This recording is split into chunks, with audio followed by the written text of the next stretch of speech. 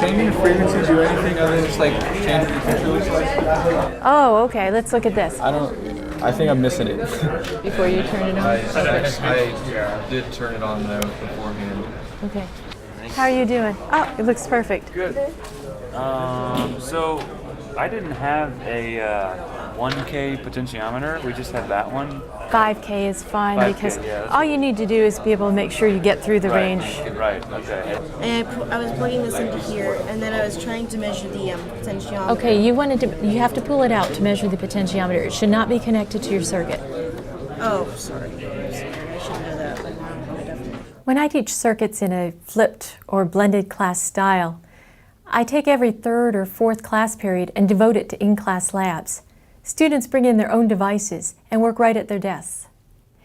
The lab topics are chosen to be ones that are hard to understand by theory alone, such as second-order circuits, an RLC circuit, for example, that displays overdamped, critically damped, and underdamped behavior. The classroom atmosphere is engaged, with students working together and with the instructor. So, what is this? That's underdamped. Okay, and if you turn it the other way. Then it goes to overdamped where it like is smoother. Right, so that's overdamped. Now, is this a higher or lower value of R? That is a higher value. Higher value of R, okay. Learning by failure is one of the key elements of the laboratory experience. This is our minimum value. This is our maximum value. Now, wait a second. No. Wait. That's your maximum value? Yeah. All right, it should be Right? a lot more traumatic than that. Uh-oh. Now, why is it you have this? It's just in so that, because I couldn't get the legs of the potentiometer to stretch. Okay, now. Oh my goodness. Okay. Another key element of the laboratory experience is to compare theory with experiments. So we have students do a pre-lab before class where they work out a problem analytically and then they compare the results with their experiment.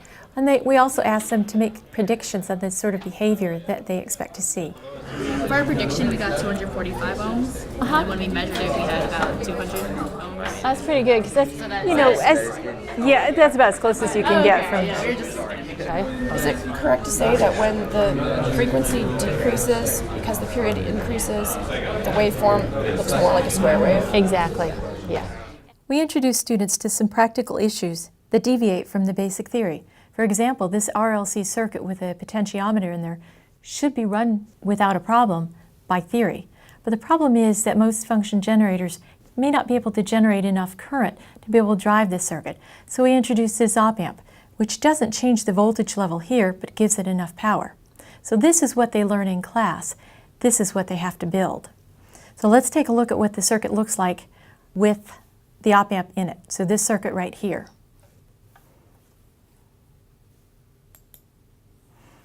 Here you'll see the input to the circuit is a square wave, and this is the output, which is the voltage across the capacitor. Now this is the response of the circuit when I run it exactly like this without the op-amp in there. The function generator just can't provide enough current to drive this circuit. And when we're underdamped, the system is being at underdamped, that's crazy thing happens. Crazy thing, yeah, I like that. Crazy thing happens. So we don't know how to put that in words. So like input, I think it's like something's going backwards. That's a good point. As you're decreasing that resistance, what do you think is happening to the current that you're trying to draw? It's getting bigger. It's getting bigger. So the current's getting bigger with a small r, and you just can't. So that's why you need the op-amp to increase the. Yeah. Integrating experiments into a classroom setting really engages students and enhances learning. Okay, now. Oh my goodness. Okay. That makes a lot of sense.